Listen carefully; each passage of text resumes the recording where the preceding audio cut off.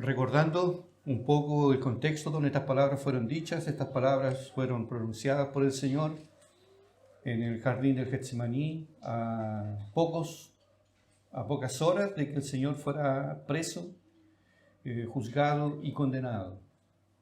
Fueron palabras que fueron dichas a sus discípulos. No fue esto abierto al mundo. Estas palabras se dirigen a los cristianos, a aquellos discípulos. Además, porque no tendría ningún sentido que estas palabras hubiesen sido públicas o dichas a todos, siendo que es el propio mundo que persigue a los cristianos. Estas palabras son para los discípulos y para todos los discípulos del Señor, en todos los tiempos, en todas las épocas. Y estas palabras es un aviso de nuestro Señor a lo que los discípulos tendrían que enfrentar una vez que Él subiese al Padre y ellos tuviesen que desarrollar su ministerio. Entonces es una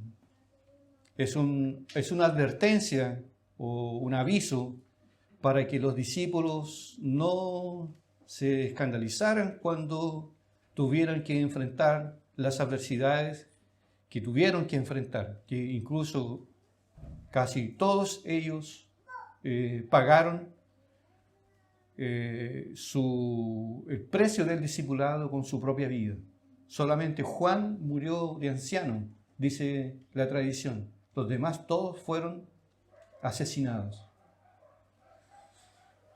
¿Seguiríamos nosotros a un Salvador con el cual nosotros tendríamos que pagar con la vida? Es probable que los discípulos no se hayan percatado de las profundidades de estas palabras, pero estas palabras después cobraron vida cuando ellos se vieron involucrados en todas las adversidades que enfrentaron. Lo primero que vemos aquí, en primer lugar, vemos una proclamación de una notable profecía. Es lo primero que nosotros vemos en el texto. Es una profecía, digámoslo así, que el Señor le habló a los discípulos, diciendo: estas cosas os he hablado para que no tengáis tropiezo, o para que ustedes no se escandalicen, o para que ustedes no queden estupefactos cuando empiecen a pasar ciertas cosas en el ministerio. Y ahí el Señor relata nuevamente, agrega algunas a las cuales de las cuales había hablado. Dice: os expulsarán. O sea que de parte del mundo hacia los discípulos habría un repudio. Y este repudio nosotros lo vemos a través de toda la historia. Es un constante rechazo que tiene el mundo por la fe cristiana. Siempre. Os expulsarán de las sinagogas, cosa que para un judío era algo grave, tenía un valor inmenso. ¿Recuerdan ustedes en el capítulo 10, cuando Jesús sanó a un ciego de nacimiento y le preguntaron a su padre qué había pasado? Y ellos dijeron: pregúntenle a él, porque ellos temían que fueran expulsados de la sinagoga. Era como hoy si fuesen expulsados de una iglesia. Os expulsarán de las sinagogas, y aún viene la hora cuando cualquiera que os mate pensará que rinde servicio a Dios. O sea, incluye la idea que los discípulos, está la gran posibilidad que los discípulos sean asesinados, que ellos tengan que derramar su sangre por causa de la fe. ¡Wow! Así es como, esto no es una broma, esto no es sencillamente el Evangelio, no es algo que yo agrego a mi vida y yo voy controlando a mi gusto, de acuerdo con mis deseos. Es algo que a mí, el Evangelio es algo que me toma por completo y que incluso me lleva a considerar que si es necesario entregar mi vida por causa de Cristo, lo haré. Voy a pagar el precio.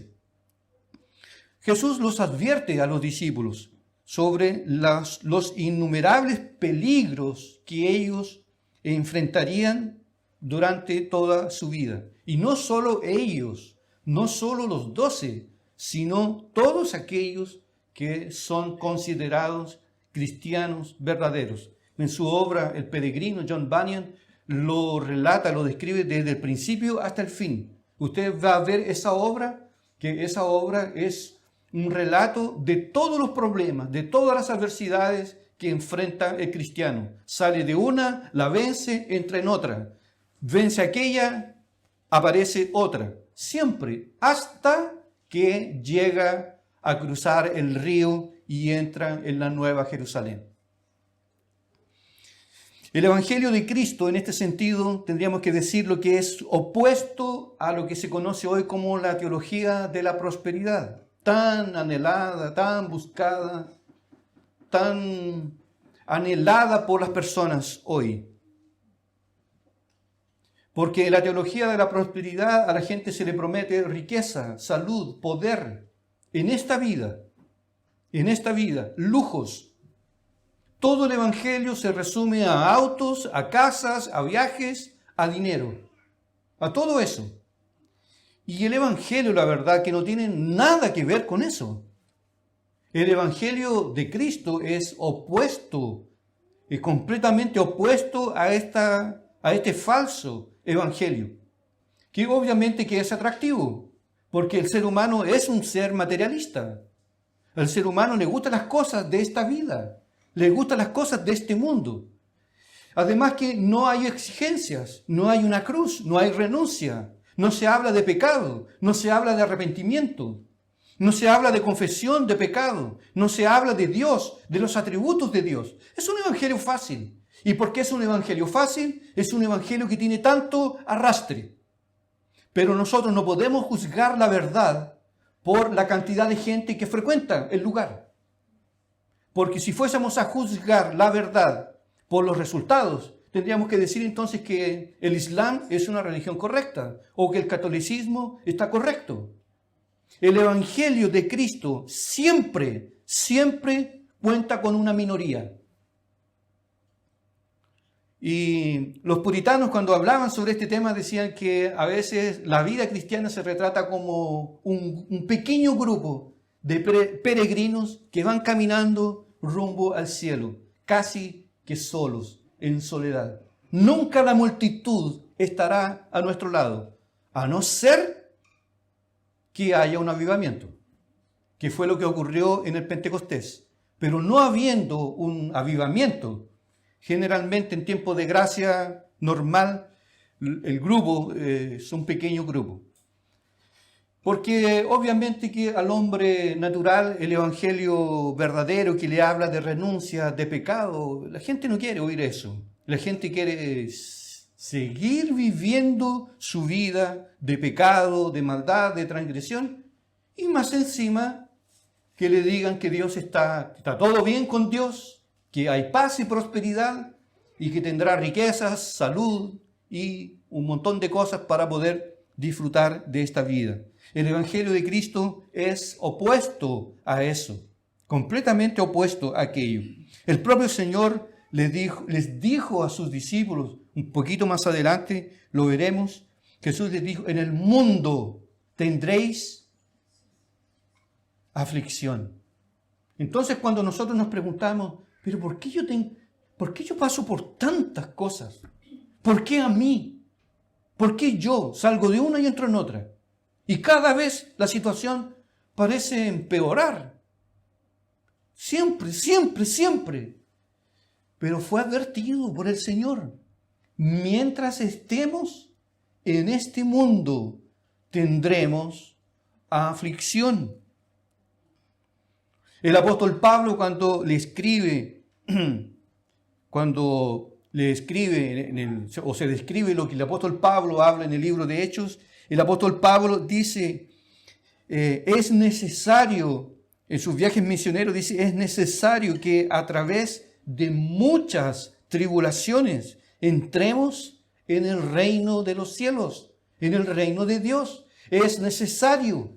Además, porque las tribulaciones son usadas por Dios para depurar nuestra fe. Nuestra fe no se depura con dinero, no se depura con prosperidad. Incluso cuando la prosperidad está presente, eso es claro. Los niveles de santificación bajan. Y hay advertencias claras sobre el amor al dinero. Pero no hay advertencias contra la pobreza. No hay. ¿Por qué? Porque generalmente en esos tiempos la propia adversidad nos lleva a buscar refugio en el Señor.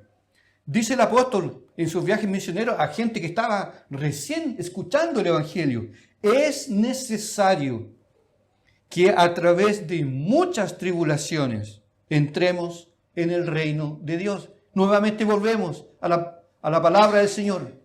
Para que usted no tenga tropiezo, acuérdese de esto.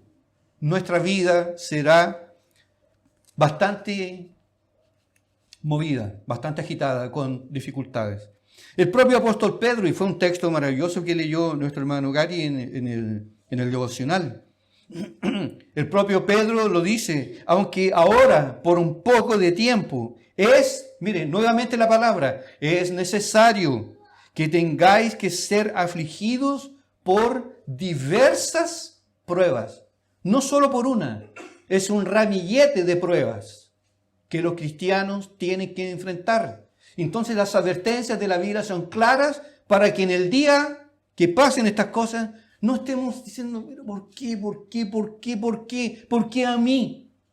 Estos que no creen, no les pasa nada. Incluso hasta prosperan. ¿Por qué a mí? Es necesario que así pase, que así ocurra. El propio profeta Jeremías ya lo había dicho en el Antiguo Testamento. Jehová, cuando se refiere a Dios, dice: Jehová de los ejércitos, que pruebas a los justos.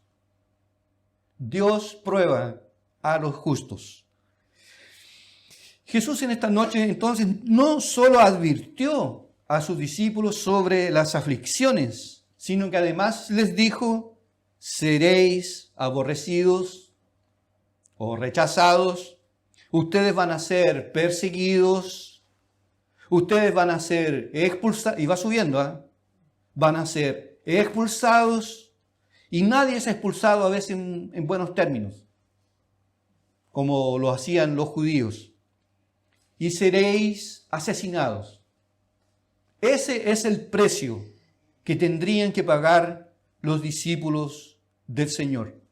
Nosotros hoy, por nuestra fe, no pagamos con sangre, no pagamos con nuestra vida, pero sí sabemos que hay una constante lucha contra el cristianismo. Hay un constante ataque, hay un antagonismo contra el Evangelio. Siempre colocando el Evangelio en ridículo, siempre atacando la fe, siempre menospreciando a aquellos que verdaderamente aman al Señor. Así que para que nosotros no nos confundamos y tengamos falsas esperanzas, el Señor dijo: para que no tengáis tropiezo. Acuérdense, estas cosas os he hablado para que ustedes no tengan tropiezo o no se escandalicen. O no pregunten: ¿pero por qué? ¿Por qué? ¿Por qué? Es necesario, hace parte de la vida cristiana, en la iglesia, en la familia, en el trabajo, en la sociedad, donde usted vaya. A no ser que usted sea un ermitaño. Pero si usted es un ermitaño, ¿cómo va a ser sal y luz? Que fue una herejía que también se vio en el tiempo antes y después de la Reforma. Que la gente decía de que, principalmente lo relacionado con el catolicismo, que el mal está en el mundo, entonces hay que salir del mundo. Y se fueron a vivir a las montañas. ¿Y cómo van a ser sal y luz? ¿De qué forma? ¿De qué manera?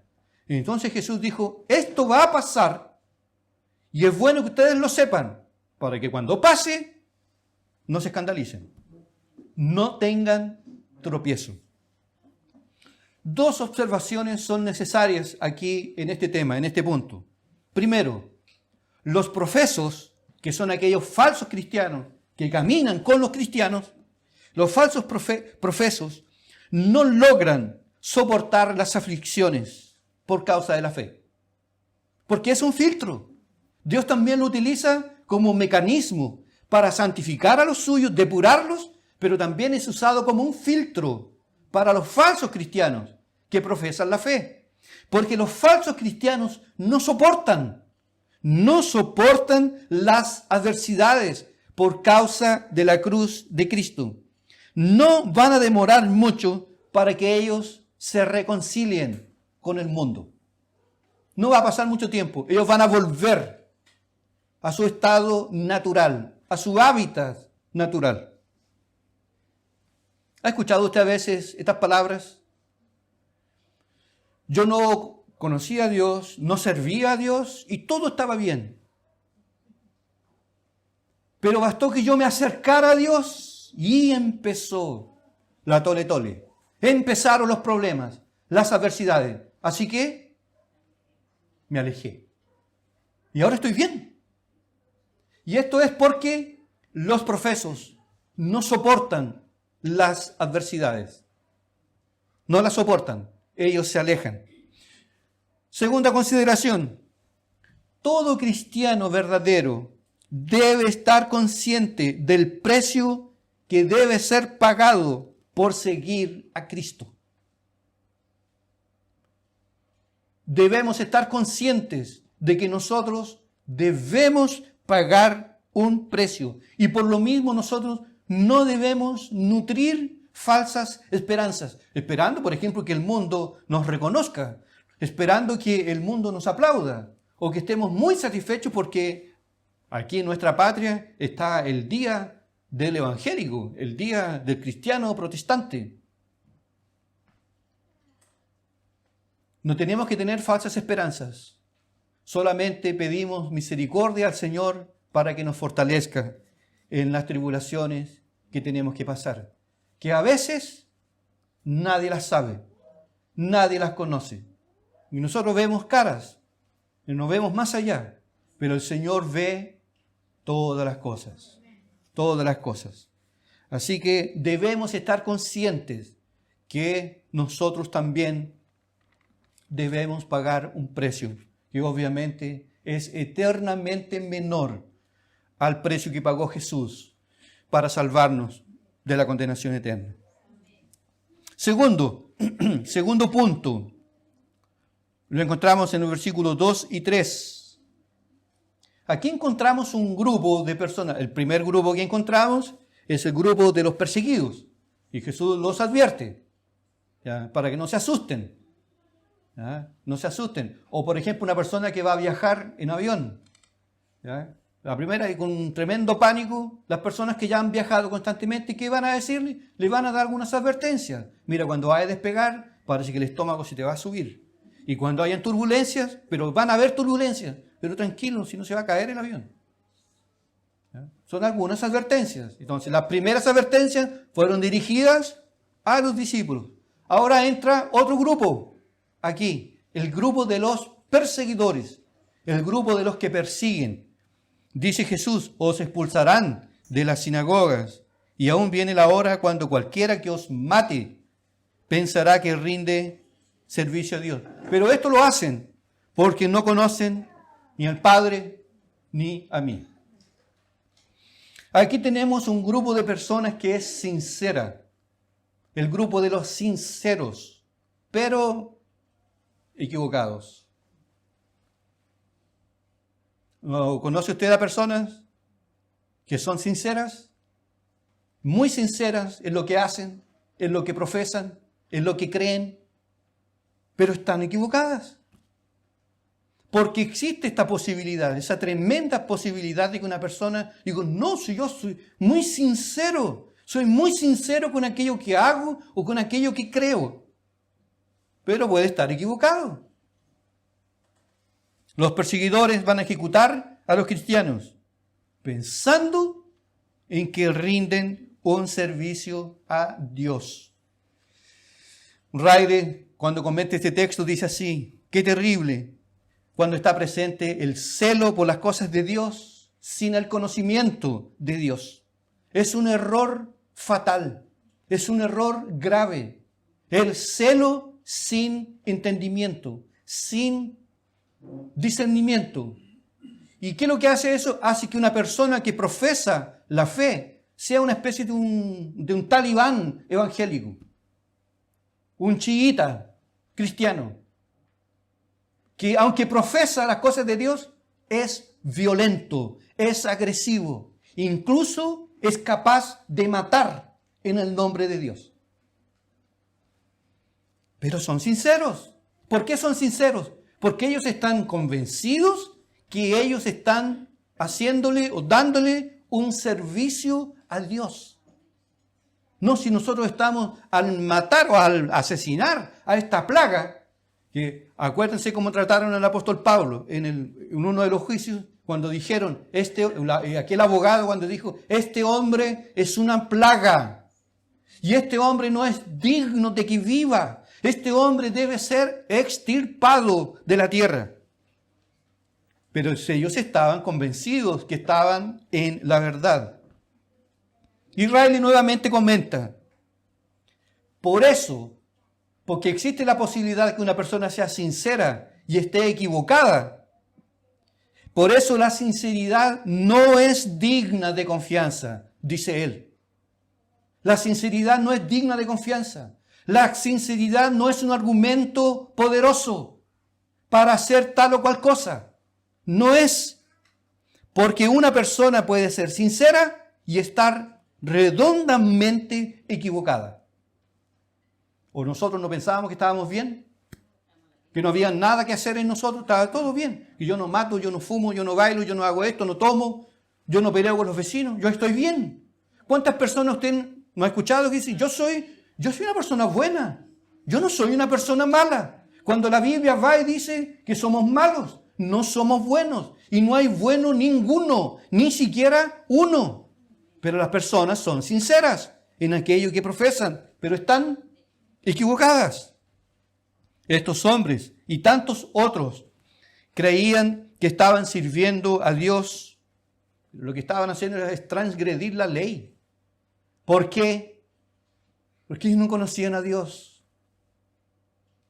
ni la ley de Dios.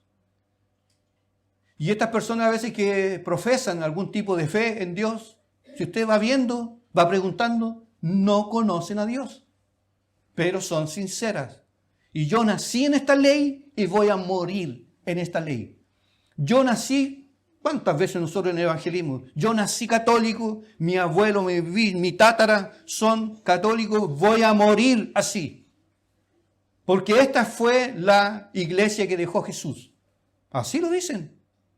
Muy sinceros, pero equivocados. Así que la sinceridad no es digna, dice Israel, de confianza. Digna de confianza es la palabra de Dios, que no falla jamás, que es ella la que debe regular nuestra vida y todas nuestras creencias. Y es por eso que el apóstol dice, esta palabra es digna de ser recibida por todos. La palabra, no la sinceridad. Saulo de Tarso, dice la Biblia, creía que también estaba en lo correcto y que estaba ofreciéndole un servicio a Dios al perseguir, arrestar y arrastrar a la cárcel a los cristianos para que fuesen azotados, hasta que el Señor se reveló a su vida.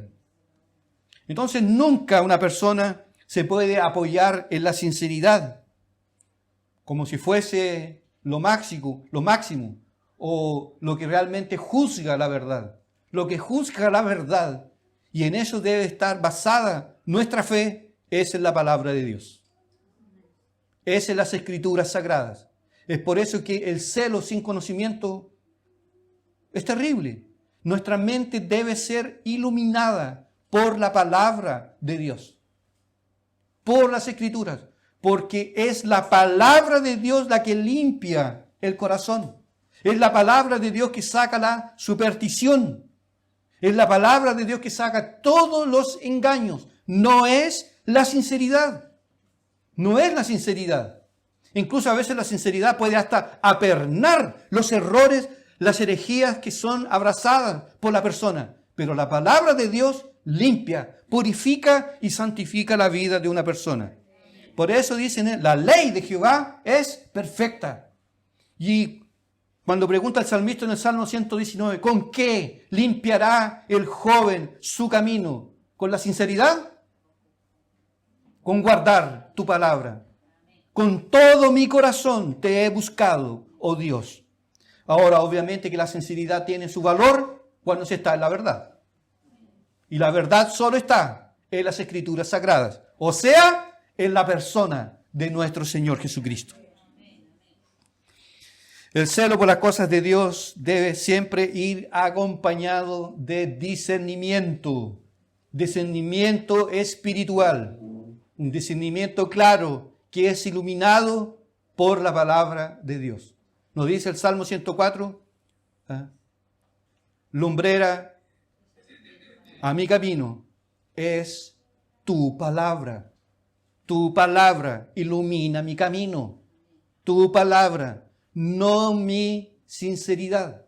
Todas las personas estas que abrazan falsas doctrinas, falsas enseñanzas, todos ellos son sinceros.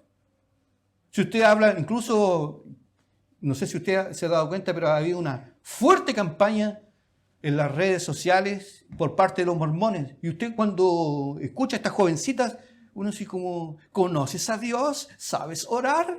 Es maravilloso. Es maravilloso hablar con Dios. Digo, wow. Y en media hora ya hay una pareja en la puerta. Y un fuerte ataque también y un avance de los musulmanes. ¿Quieres saber más sobre el Islam? Pincha aquí. Todos ellos son sinceros. Un testigo de Jehová, muy sincero, pero pueden estar equivocados. La sinceridad no libra a nadie del error. La palabra de Dios es verdad. Es la verdad absoluta. En tercer lugar, y para terminar, vemos en este texto, en tercer lugar, el método divino para enfrentar la adversidad.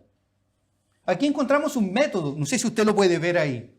Tenemos un método extraordinario para enfrentar la adversidad. Entonces, cuando a usted le estén dando, hablen mal de usted, a usted lo saquen del seno familiar, ni siquiera lo inviten a un cumpleaños, ¿no? Porque se lo pasa en la iglesia. Este es cuadrado, a veces viene y con sus pensamientos cuadrados, él, no, todo está mal, no, es muy cuadrado, no lo invitemos, ¿ya?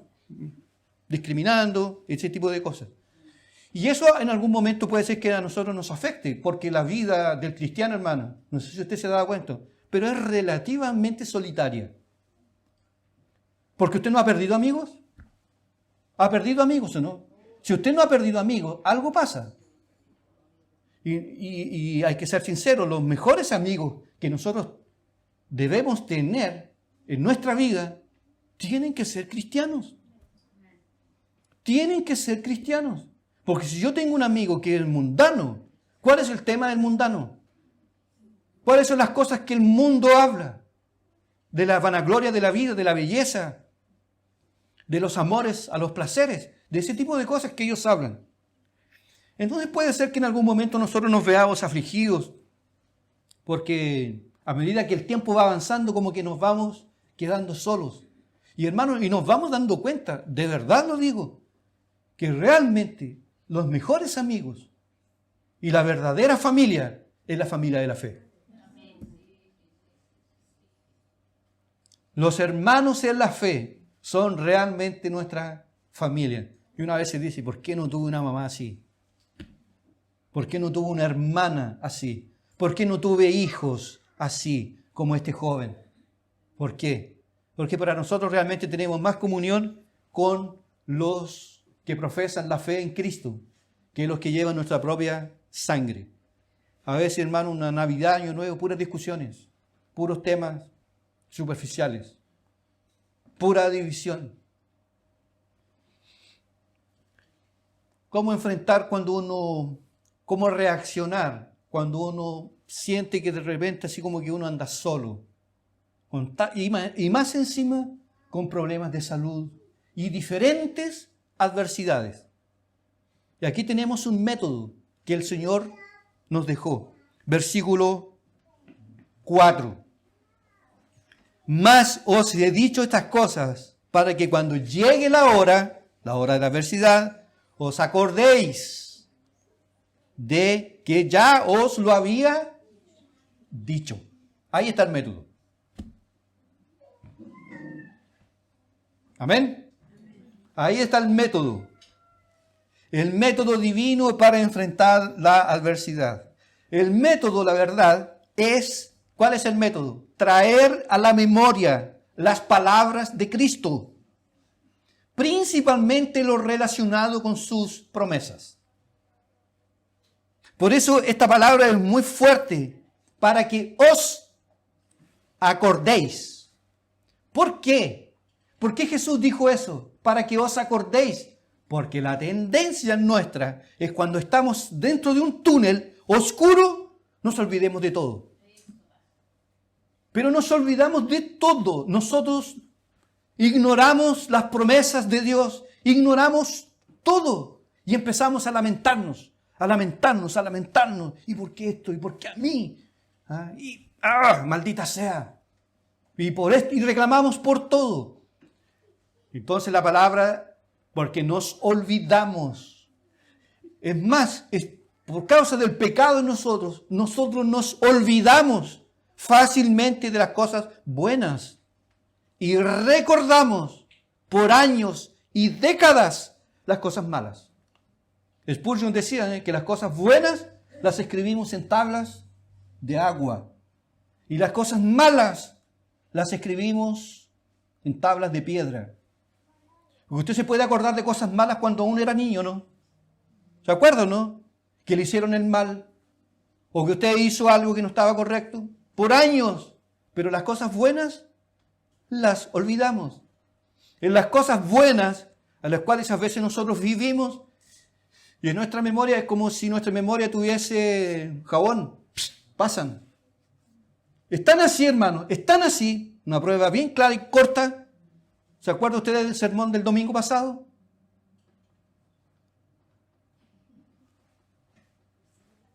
Es rápido. Es muy rápido eso. Olvidamos. Jesús dice aquí, no se escandalicen, para que cuando estas cosas pasen, os acordéis. O sea, traer a la memoria las palabras de Cristo, principalmente sus promesas, y reaccionar. Por ejemplo, si yo estoy enfrentando hoy una adversidad que me está quitando el sueño, que me está a veces incluso dejando, ni siquiera tengo ganas de orar. Voy a orar y estoy ahí llorando, no sé qué decir, porque está pesada la carga. Si usted empieza a raciocinar y a pensar, podrá claramente decir sí, pero yo he pasado por peores. Y el Señor me libró de todas ellas. Incluso pasé por tantas pruebas y adversidades, y la verdad del resumen de todo era puro temor. Porque ninguno de los temores que yo tenía ocurrieron. Ya estuve como un tonto gastando energías por el día de mañana. Y el día de mañana llegó y no pasó nada. Como cuando dijeron que el mundo se acababa en el año 2000. ¿Y cuántos necios perdieron la vida? Por puro miedo.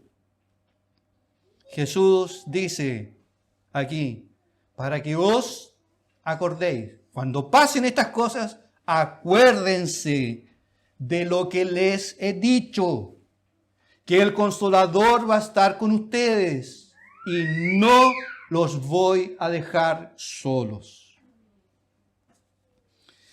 Cuando usted recuerda los que han leído la obra El Peregrino, que a mí me encanta, me fascina, me gustaría incluso hacer terminar el doctorado, no sé, en este tema un estudio mucho más sistemático sobre la obra del peregrino, porque es extraordinariamente fascinante. Los predicadores tienen que leerlo y manejarlo al revés y al derecho, porque es una fuente de recursos. Las ilustraciones ahí llueven. Entonces usted va a ver que en la obra del peregrino, John Bunyan retrata las adversidades, las tantas adversidades del cristiano cuando llega un día y cae presa de un hombre muy fuerte que lo mete a un castillo que se llama el castillo de la duda, donde es masacrado allí por aquel gigante. Le dan una paliza y está casi por morir. Pero pues en algún momento, dice Bunyan, luego misteriosamente el peregrino empezó a recordar las promesas. Las promesas, las promesas, las promesas. Las promesas son una llave y de repente aparece en su mano una llave y con esta llave abre la puerta del castillo de la duda y huye, arranca. Bunyan retrata que el cristiano cayó preso del castillo de la duda, o sea, los temores, las adversidades, las dificultades, todo es gris, todo es gris. Pero huyó del castillo cuando recordó las promesas de Dios. El Señor Jesús le dijo a sus discípulos, poquito anterior Jesús había hablado estas palabras maravillosas. Acordaos de la palabra que os he dicho. ¿No está ahí en Juan 15, 26? 15, 20 digo. Acordaos. Siempre está esto. Acuérdense. Acuérdense. Cuando predicó aquí el pastor Néstor Rubilar. Acordaos. Recuerden. Recuerden. Siempre Dios está hablando en esto. Recuerden. Recuerden la palabra. Traigan a la memoria la palabra. La palabra los va a ayudar. La palabra los va a alimentar. Cuando pasen por adversidades, dice el Señor, acuérdense de lo que yo les he dicho. Porque la palabra hay consuelo para nosotros. Incluso el propio Señor, que esto fue lo que ya hemos escuchado anteriormente, el Señor cuando prometió el Consolador, dice, más el Consolador, el Espíritu Santo, cuando Él venga, os hará recordar todo lo que yo os he dicho. Porque tenemos una tendencia al olvido, a olvidar y a sumergirnos en el problema, en la oscuridad. Se apagan todas las luces y cerramos las puertas. Y ahí estamos, deprimidos, a un paso de caer en el abismo. Porque la depresión es eso. Pero ¿qué dice la palabra? Acordaos. Acordaos de la palabra. La palabra tiene poder. La palabra de Dios ilumina. La palabra de Dios consuela. La palabra de Dios ilumina la mente y el corazón. Y para el corazón frío trae calor. La palabra. Hay un pasaje muy maravilloso en las Escrituras. Cuando Juan, este evangelista, relata la purificación del templo. Y cuando Jesús limpia el templo, purifica el templo. Y cuando les dice a los discípulos, o a aquellos hombres que estaban allí, le dice que no hagáis de la casa de mi Padre una cueva de ladrones. Esta será llamada casa de oración. Pero los discípulos no entendieron nada. ¿Por qué Jesús había limpiado el templo? Pero hay un comentario de Juan que dice así. Dice literalmente así.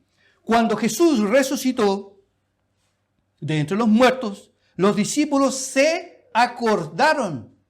Los discípulos se acordaron de lo que el Señor les había dicho y creyeron a la Escritura y a la palabra que Jesús les había dicho. Juan 2:22. Cuando Él limpió, no entendieron. Pero cuando Él resucitó, se acordaron de las palabras que el Señor les había dicho. Obviamente que a veces estamos nosotros ahogándonos en un vaso de agua, pero viene la palabra. Tranquilo, el Señor es soberano. Has pasado por pruebas peores. Y el Señor ha manifestado su providencia. Pero este es un ejercicio que tenemos que hacer. Esto no nos viene así del viento, de la nada. El cristiano es alguien que tiene que ejercitar su fe. La fe no es un termostato. No es que el termostato, que es el gas que tiene el refrigerador, que cuando empieza a aumentar la temperatura exterior, para que se mantenga la temperatura interior, se dispara, ¿no? Y empieza a controlar adentro para que no suba la temperatura dentro del refrigerador. La fe no es eso, hermanos. La fe no es que yo empiezo a pasar por pruebas, por tribulaciones, y la fe es como el termostato, empieza a activarse y empiezo a flotar. Debo traer a la memoria lo que me trae esperanza. Debo recordar las promesas de Dios, que Él estará conmigo hasta que yo llegue a las mansiones celestiales. Y puede ser que hoy no entienda nada. Puede ser que hoy no entienda nada, absolutamente nada. Pero que por lo menos mantenga mi boca cerrada para no atribuirle al Dios despropósito alguno. ¿Cómo? Con preguntas, ¿por qué? No, y algunos dicen, cuando yo me vaya al cielo, me voy con 2 maletas llenas de porqués. ¿Por qué esto? ¿Por qué se murió mi mamá? ¿Por qué me dejaron? ¿Por qué fui adoptado? ¿Por qué esto? ¿Por qué esto otro? Y Jesús más adelante, así de paso, dice, en aquel día, nada me preguntaréis, porque en el cielo se va a dar vuelta la alfombra. Por el lado de abajo hay puros hilos que yo no entiendo nada. Si usted da vuelta a la alfombra, hay una hermosa figura. Dios estaba detrás de todo. Y Dios, hasta los peores días de nuestra adversidad, estaba con nosotros. Amén. Termino con 3 aplicaciones prácticas. ¿Es difícil seguir a Cristo? Es difícil, ¿verdad? ¿O vamos a decir que es fácil? Es súper fácil seguir a Cristo. Es difícil. Y nos va a costar mucho. Pero va a ser mucho peor no seguirlo. Seguirlo es difícil, no seguirlo es peor. Porque si nosotros no lo seguimos, vamos a pagar con nuestra alma en el juicio final. Y aunque aquí sean los trancos y barrancos, pero no voy jamás a renegar la fe en Cristo Jesús. El Evangelio, el verdadero discipulado, tiene un precio. Y ese precio hay que pagarlo. Y a veces incluso con la vida. Porque muchos de nuestros hermanos, para que usted tenga la Biblia en sus manos hoy, derramaron sangre. Muchos misioneros fueron asesinados, fueron quemados, incluso fueron hasta comidos por los caníbales por causa de la fe. ¿Usted como discípulo del Señor está dispuesto a pagar el precio? Que a veces la gente se ría de usted. Eres cristiano, es canuto. Amén, aleluya. Y se ríen, se mofan. No importa, no importa. Pero estos mismos que se ríen, cuando están al borde de la muerte, ¿a quiénes buscan? ¿A dónde corren? A aquellos que tienen su esperanza puesta en un Dios que no cambia jamás. Segundo, no confíe en la sinceridad de nadie, porque la persona puede ser sincera y estar equivocada. Confíe en ¿quién? En Cristo, la roca. Él no cambia jamás. Todo lo demás es arena movediza. Nuestra fe, nuestra confianza debe estar depositada solo en Cristo. No se le vaya a ocurrir confiar en mí. No se le vaya a ocurrir en confiar incluso en la iglesia, en el nombre de la iglesia. Porque todo esto es arena movediza. Cristo es la roca. Él no cambia jamás. Vaya aquí al 8, en Coronel, o en Maule. Desde que yo me entiendo por gente, están esas rocas ahí. Inamovibles. Inamovibles. Y las olas, ¡pah!, azotando, no le hacen nada. Por eso que dice la palabra, que Cristo es la roca de los siglos. En Él debemos confiar. Solo en Él. ¿Por qué tú crees que debes entrar al cielo? ¿Por qué? Porque yo he creído en Cristo y nadie más que Cristo. Solo en Él he confiado yo. No vaya a decir, es que yo me congregaba en una iglesia bautista reformada, ahí con el pastor Miguel, por ahí en Jovilo. Que usted se va de cabeza a la condenación. Solo en Cristo, nada más que Cristo. Los puritanos lo decían, solo Cristo, solo Él, nadie más que Él.